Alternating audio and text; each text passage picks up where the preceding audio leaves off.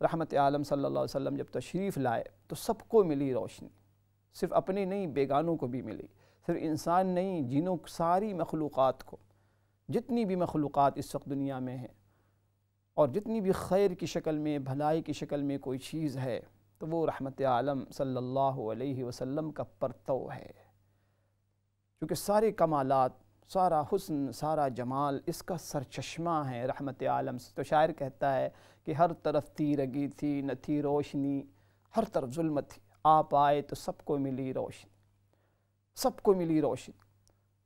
چاروں طرف دنیا کے اندھیرا چھایا ہوا تھا اور لوگ ظلمت میں تھے، گمراہی میں تھے۔ آپ کے آنے کے بعد جو تو میں عرض کر رہا ہوں کہ دیکھیں یہ مہینہ ماہ مقدس، لیکن بڑی بدقسمتی کہہ لیں، میں کبھی میرے ساتھ کہا کہ بڑی پیاری بات کہتے تھے کہ دیکھو ہم جو لوگ ہیں امت مسلمہ، ہم سے زیادہ خوش نصیب کوئی نہیں کہ رحمت عالم صلی اللہ علیہ وسلم کی نسبت سے ہمیں کیا کچھ نہ ملا، کیا کچھ ہمیں نہ ملا۔ رحمت عالم صلی اللہ علیہ وسلم کی نسبت کی برکت سے اللہ پاک نے ہمیں خیر امت کا خطاب دیا۔ کیا فرمایا؟ کنتم خیر امہ، اے لوگو تم بہترین امت ہو، تم سے بہتر کوئی ہو ہی نہیں سکتا۔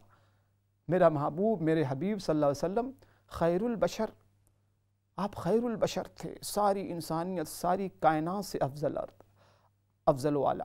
تو آپ کی نسبت سے اس امت کو بے شمار جو نعمتیں ملی، ایک نعمت یہ ملی ناظرین کہ اللہ پاک فرماتے ہیں کہ اے انسانوں تمہیں بہترین امت کا جو خطاب ملا ہے یہ رحمت عالم صلی اللہ علیہ وسلم کی نسبت۔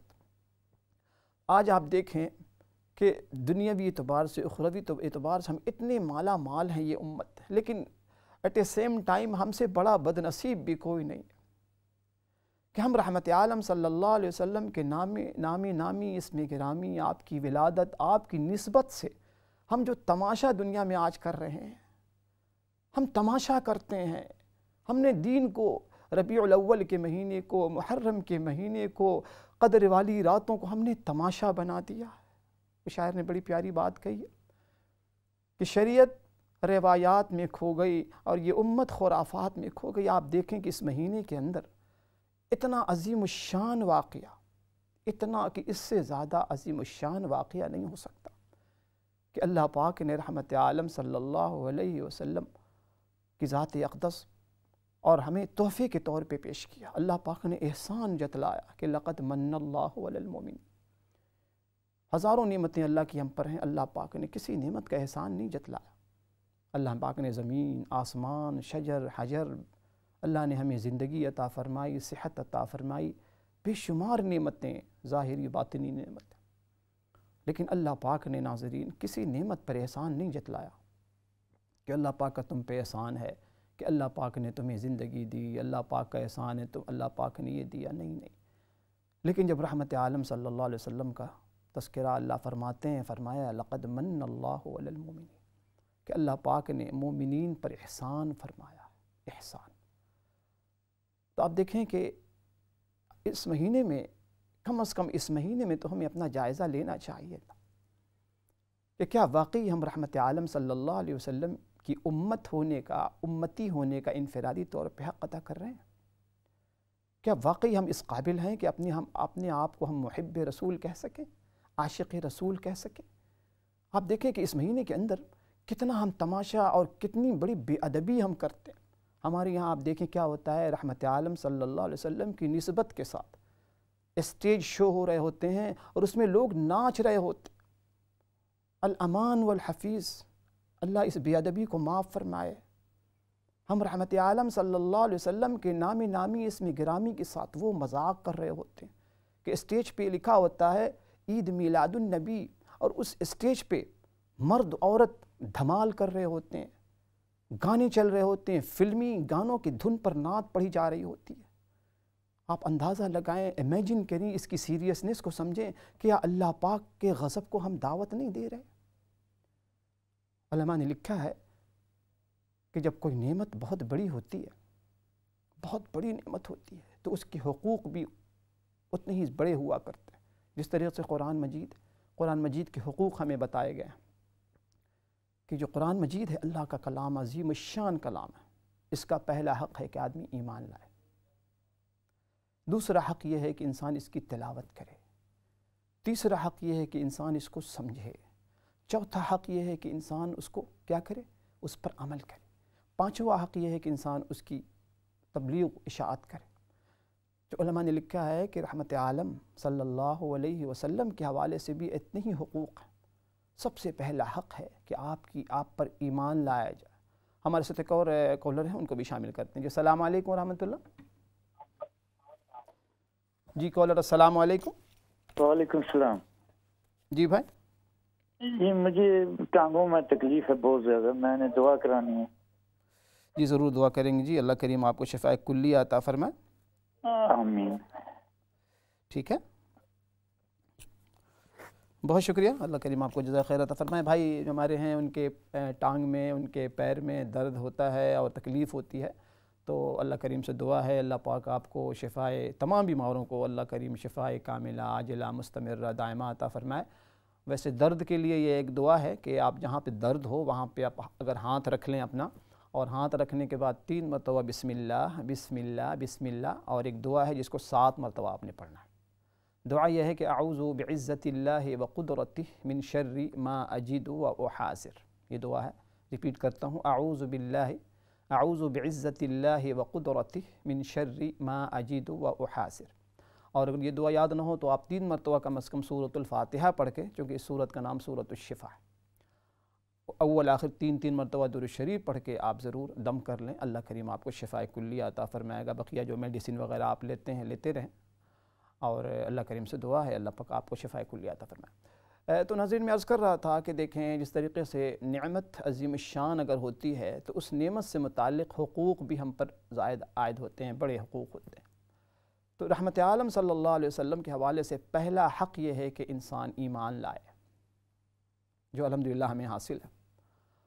اور دیکھیں نا ایمان کیا ہے، میں نے پہلے بارہا عرض کیا کہ عشق انتہا درجے کی محبت کا نام ایمان ہے، انتہا درجے کی محبت کا نام ایمان ہے۔ اور ایمان ہمارا رسول اللہ صلی اللہ علیہ وسلم سے محبت، میں تو کہتا ہوں کہ ایمان کا حصہ نہیں، مکمل ایمان ہے رحمت عالم صلی اللہ علیہ وسلم کی ذات اقدس سے محبت۔ لیکن کون سی محبت؟ محبت کا پیمانہ کیا ہو؟ محبت کا پیمانہ کیا ہو؟ محبت کا معیار کیا ہو؟ دیکھیں محبت ایک باطنی شے ہے، میں نے بارہا عرض کیا ہے، عشق محبتی جو الفاظ بولے جاتے ہیں نا، یہ آپ دکھا نہیں سکتے کہ لک دس از مائی محبت، دس از مائی عشق، یو کانٹ، آپ نہیں دکھا سکتے کسی کو۔ یہ ایک معنوی شے ہے، مادی شے نہیں، یہ معنوی۔ یہی وجہ ہے کہ اللہ پاک نے رحمت عالم صلی اللہ علیہ وسلم کی محبت کا تذکرہ کرتے ہوئے قرآن کریم میں بڑی پیاری بات ایک جگہ ارشاد فرمائی، اور بڑے پیارے انداز میں سمجھایا کہ قل کہہ دیجئے کہ ان کنتم تحبون اللہ فاتبعونی یحببکم اللہ۔ بڑی پیاری بات، بڑے پیارے انداز میں کہ اے میرے محبوب صلی اللہ علیہ وسلم آپ کہہ دیجئے، خود سے نہیں فرمایا، رحمت عالم صلی اللہ علیہ وسلم سے اللہ پاک فرمانے کہ آپ فرما دیجئے، تاکہ اچھی طرح بات سمجھ میں آ جائے۔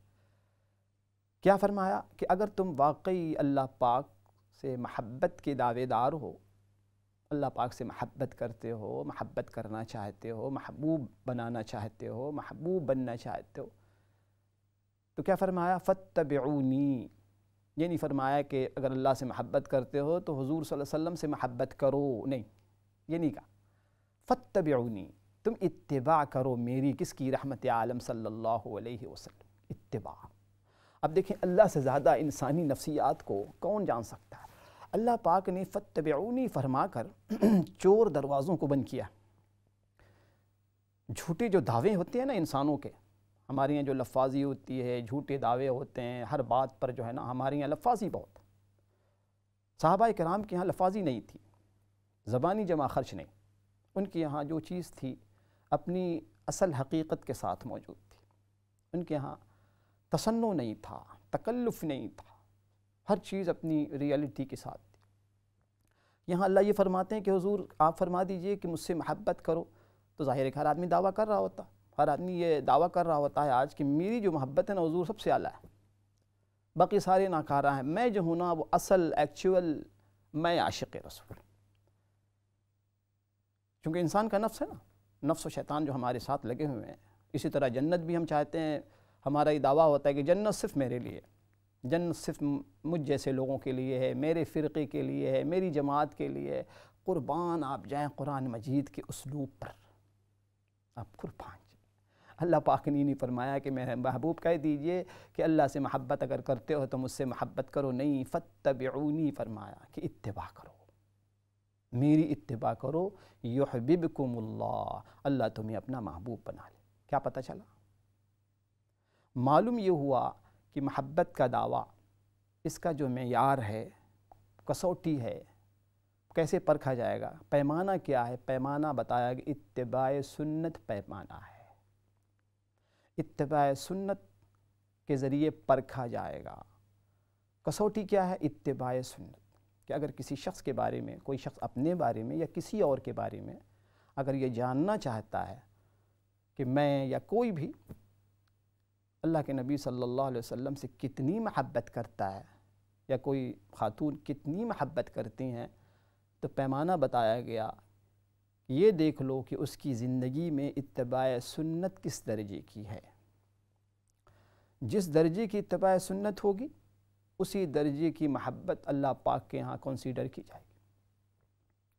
10% اتباع تو 10% محبت، 20% اتباع تو 20% محبت، 30% اتباع تو 30% محبت۔ اب ہمارا حال یہ ہے کہ آپ دیکھیں کہ جن راتوں کو ہم سیلیبریٹ کرتے ہیں، اس رات کا حال یہ ہوتا ہے کہ پوری رات ہم ناچ گا رہے ہوتے ہیں، اور فجر غائب، عشاء غائب۔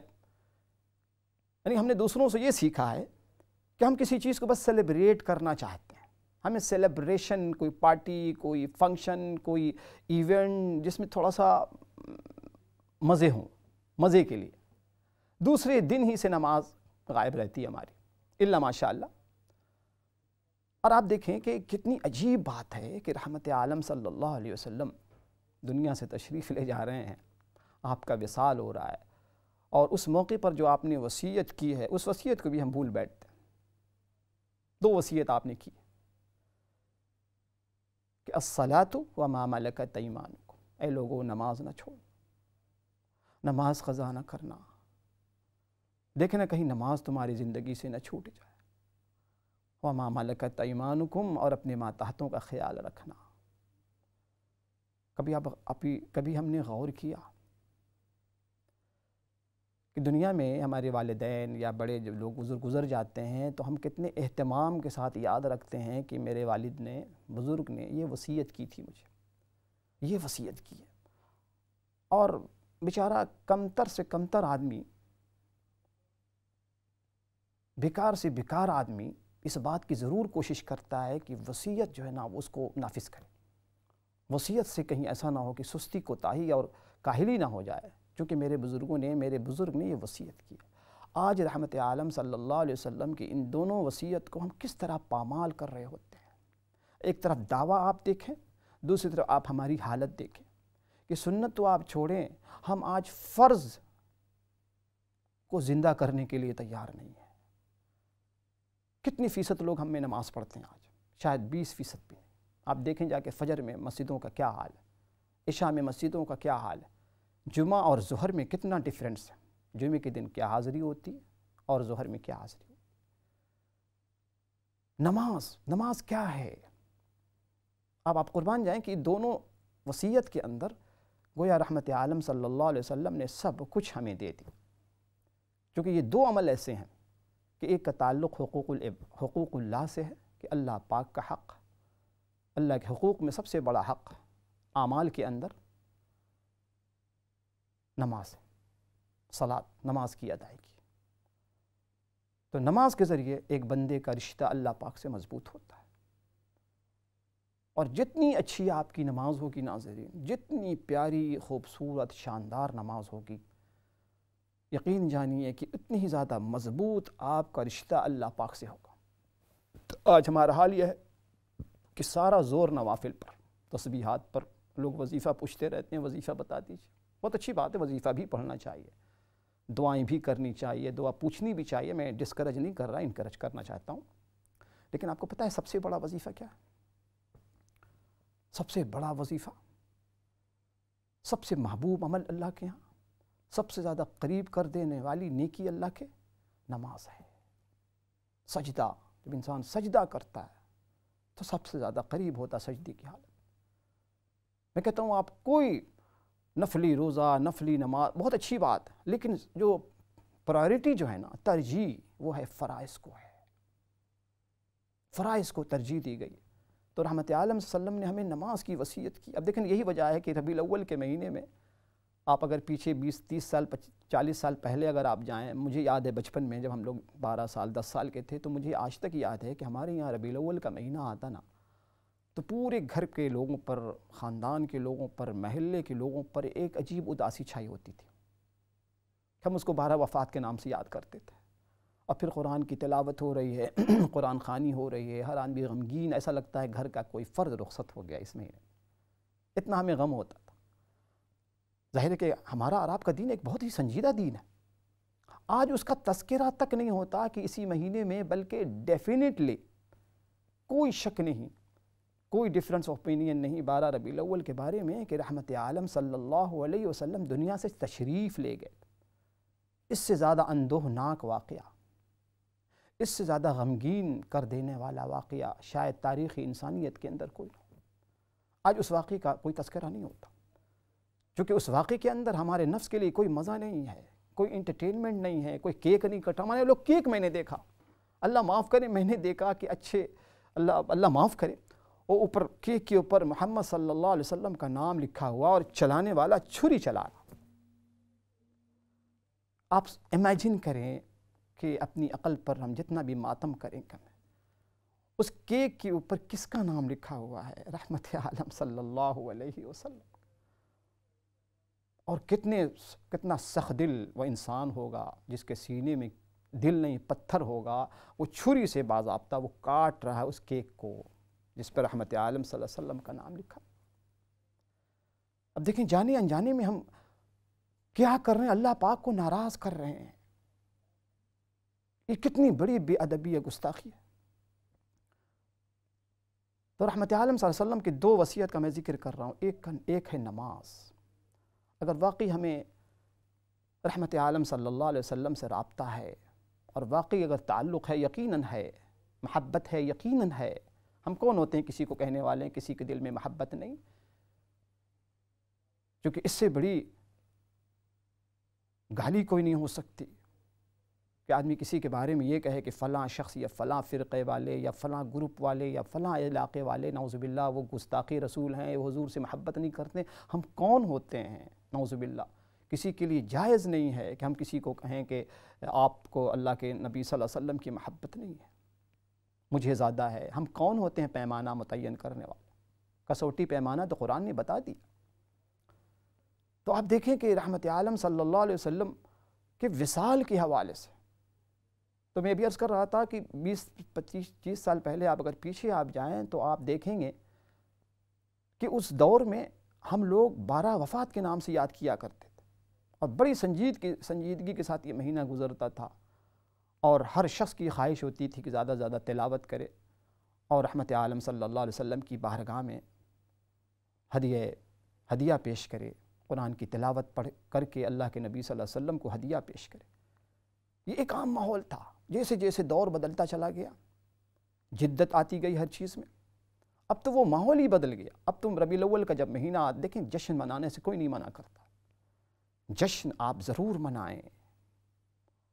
ہاں اس کا ضرور خیال رکھیں کہ شریعت کے کسی حکم کی پامالی تو نہیں ہو رہی ہے.